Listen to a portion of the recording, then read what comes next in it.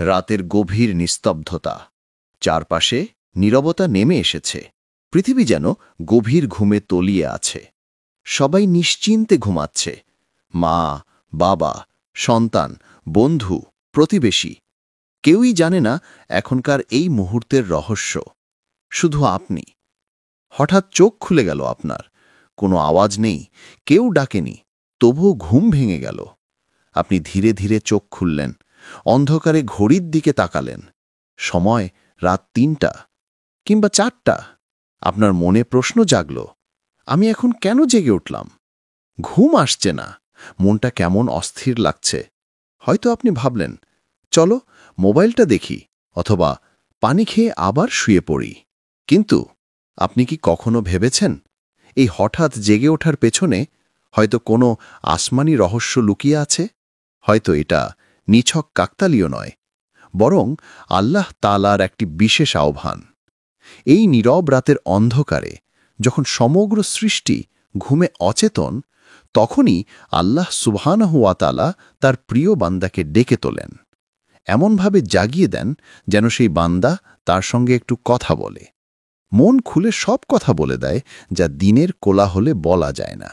এই সময়টা রাতের শেষ তৃতীয়াংশ, এমন এক মুহূর্ত যখন দুনিয়ার সব পর্দা সরিয়ে আল্লাহ রহমত নেমে আসে আসমান থেকে জমেনে।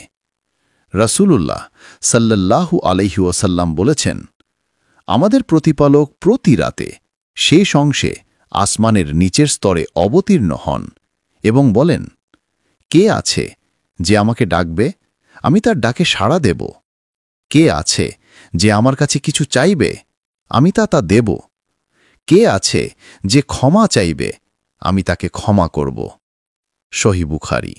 সুতরাং প্রিয় দর্শক, যখন আপনি হঠাৎ জেগে উঠেন ঠিক রাত ৩টা বা ৪টার দিকে, তখন এটা নিছক ১ ঘন্টার ঘটনা নয়। এটা হতে পারে আপনার রবের ডাকে সাড়া দেওয়ার সুযোগ। আল্লাহ হয়তো আপনাকে জাগিয়ে তুলেছেন কারণ তিনি চান আপনি উজু করে তার সামনে দাঁড়ান, তার সঙ্গে কথা বলুন, কান্না করুন, দোয়া করুন। তাহলে পরের বার যখন এমনভাবে ঘুম ভেঙে যাবে, চোখ খুলে ঘড়িতে সময় দেখবেন, মনে রাখবেন এটা হয়তো একটি সাধারণ জাগরণ নয়, বরং আপনার এবং আপনার রবের মধ্যে এক অলৌকিক সাক্ষাৎ। রাত ৩টা থেকে ৫টার এই সময়টুকু মানুষের জীবনের সবচেয়ে শান্ত, সবচেয়ে নীরব, সবচেয়ে পবিত্র মুহূর্তগুলোর একটি। এ সময় চারপাশ নিস্তব্ধ। শুধু দূরের কোথাও হয়তো মোরগ ডেকে ওঠে বা বাতাসের হালকা শোঁ শব্দ শোনা যায়। আর এই নীরবতার মাঝেই লুকিয়ে আছে এক অসীম রহস্য, এক আসমানি আহ্বান, যাকে ইসলামে বলা হয় রাতের শেষ তৃতীয়াংশ বা তাহাজ্জুদের সময়। এটা এমন এক মুহূর্ত যখন দুনিয়ার ব্যস্ততা থেমে যায়, মানুষের চিন্তা, দুঃখ, আনন্দ, ব্যথা সব কিছু নিস্তব্ধ হয়ে পড়ে, আর আল্লাহ তাআলার রহমতের দরজা খুলে যায় একে একে। রাসূলুল্লাহ সাল্লাল্লাহু আলাইহি ওয়াসাল্লাম আমাদের এ বিষয়ে এক অপূর্ব হাদিস শুনিয়েছেন। তিনি বলেছেন, আমাদের প্রতিপালক মহান আল্লাহ প্রতি রাতের শেষ অংশে আসমানের নিচের স্তরে নেমে আসেন এবং বলেন, কে আছে যে আমাকে ডাকবে? আমি তার ডাকে সাড়া দেব। কে আছে যে আমার কাছে কিছু চাইবে? আমি তাকে তা দেব। আর কে আছে যে আমার কাছে ক্ষমা চাইবে? আমি তাকে ক্ষমা করব। সহিহ বুখারী। ভাবুন তো, কেমন এক মুহূর্ত এটি!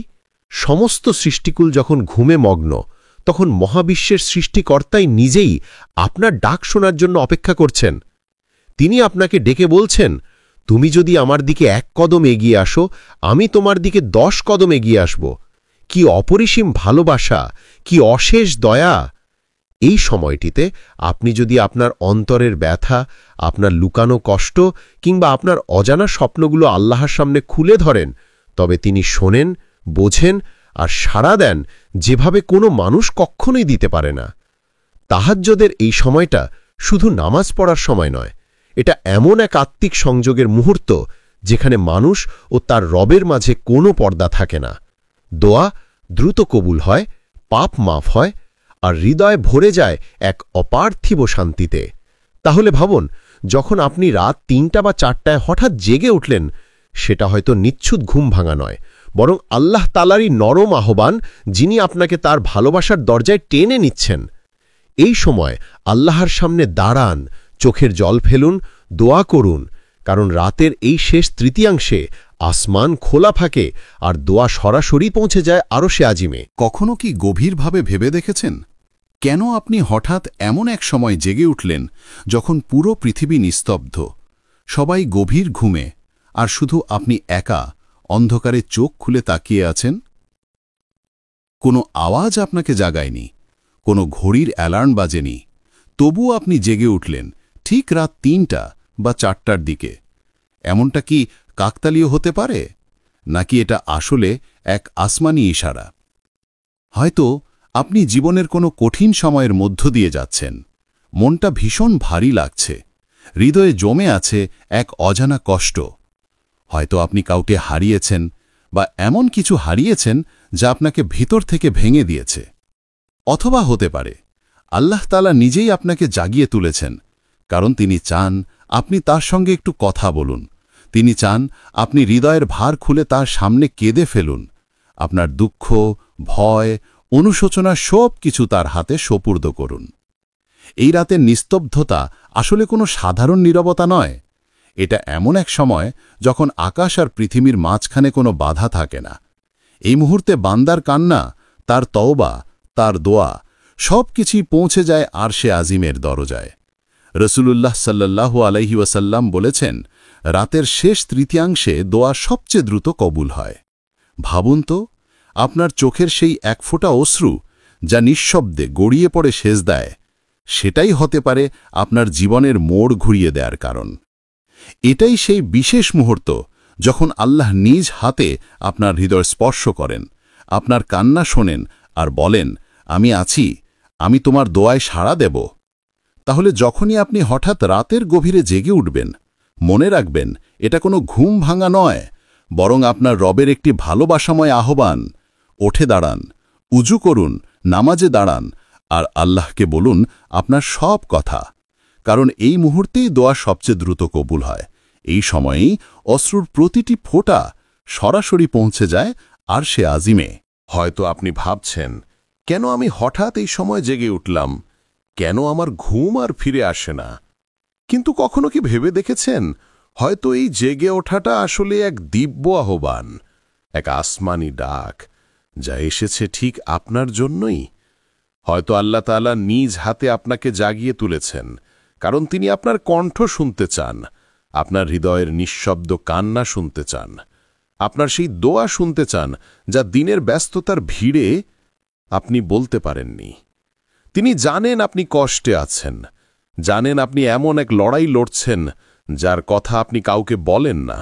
হয়তো আপনি হাসেন, মানুষ আপনাকে শক্তিশালী ভাবে, কিন্তু আল্লাহ জানেন ভেতরে ভেতরে আপনি কতটা ভেঙে পড়েছেন।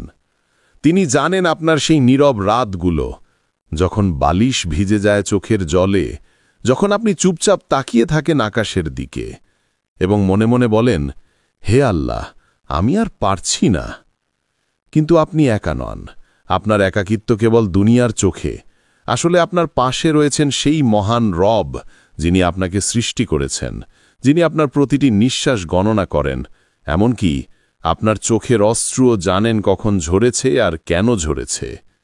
রাতের এই নিস্তব্ধ মুহূর্তে, যখন চারপাশ নিঃশব্দ, তখন তিনিই আছেন আপনার সবচেয়ে কাছাকাছি। আপনার দুঃখ, আপনার আশা, আপনার ভয় সবকিছু তিনি জানেন, অনুভব করেন আর ভালোবাসেন।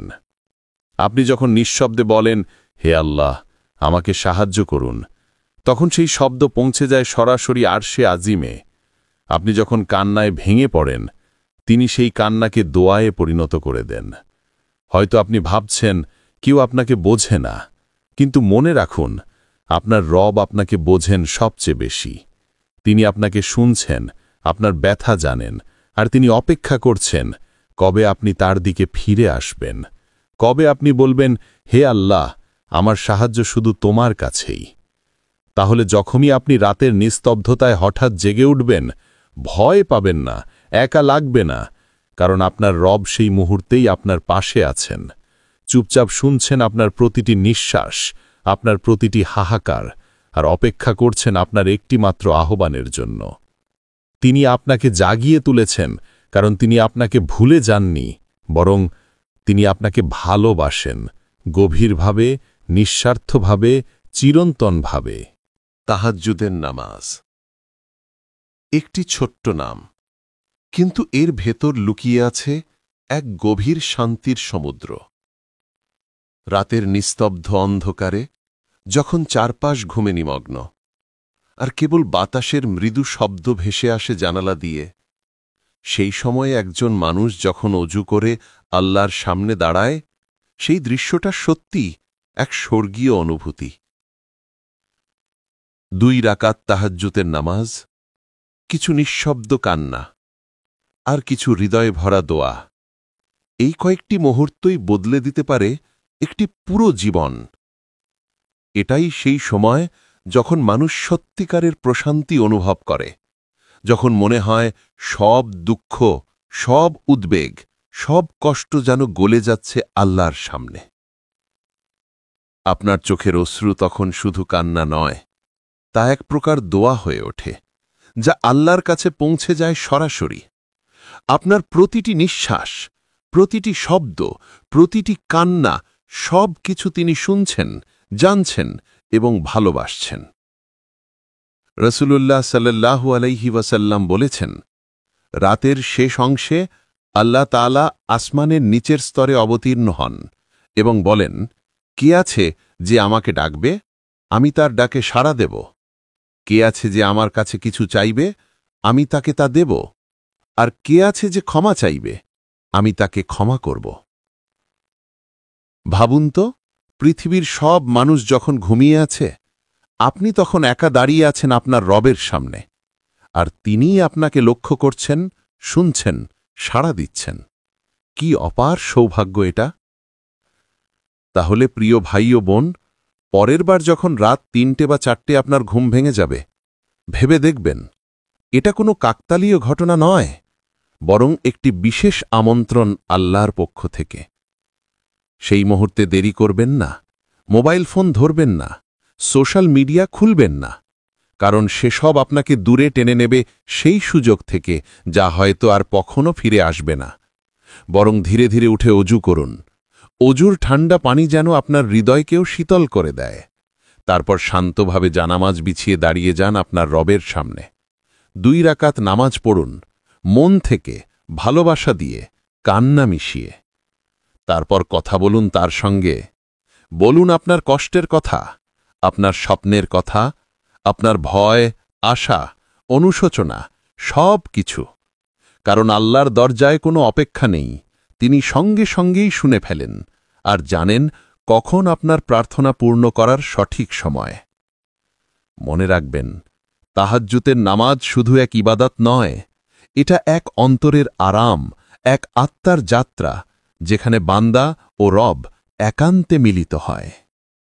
তাহলে পরের বার যখন আপনি রাতের শেষ প্রহরে জেগে উঠবেন, মোবাইল নয়, অজু ধরুন, স্ক্রিন নয়, কিবলার দিকে তাকান, আর একবার বলুন, হে আল্লাহ, আমি এসেছি তোমার কাছে। হয়তো আপনি জানেন না, আপনার সেই একটিমাত্র দোয়াই হতে পারে আপনার জীবনের পুরো মোড় ঘুরিয়ে দেওয়ার কারণ। হয়তো সেই এক রাতের কান্না, সেই এক নিঃশব্দ সেজদা, অথবা সেই এক ফোঁটা অশ্রুই হতে পারে আপনার ভাগ্য বদলে যাওয়ার সূচনা।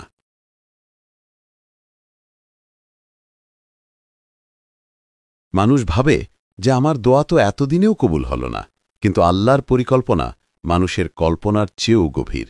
আপনি যে দোয়াটা আজ করছেন, তিনি হয়তো সেটাকে সঞ্চয় করে রাখছেন আপনার ভবিষ্যতের সুখের জন্য, অথবা কোনো বিপদ থেকে আপনাকে রক্ষা করার জন্য। আর হয়তো সেটাই সেই দোয়া যার কারণে আপনার জীবন বদলে যাবে, যেভাবে আপনি কখনো কল্পনাও করেননি। তাহলে ভাবুন তো, যদি আল্লাহ নিজ হাতে আপনাকে রাত 3টা থেকে 5টার মধ্যে জাগিয়ে দেন, তাহলে সেটা কাকতালীয় নয়, বরং একটি বিশেষ আমন্ত্রণ আপনার রবের পক্ষ থেকে আপনাকেই উদ্দেশ্য করে।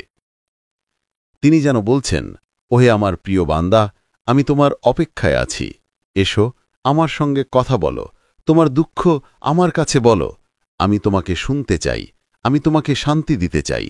এই আহ্বান, এই ডাক এটা কোনো সাধারণ ডাক নয়, এটা সেই মহান স্রষ্টার আহ্বান, যিনি কোটি কোটি মানুষের মধ্যে আপনাকেই বেছে নিয়েছেন নিজের সঙ্গে একান্তে কথা বলার জন্য। তাহলে যখন রাতের গভীরে আপনি জেগে উঠবেন, মোবাইলের স্ক্রিনের দিকে নয়, তাকান আকাশের দিকে।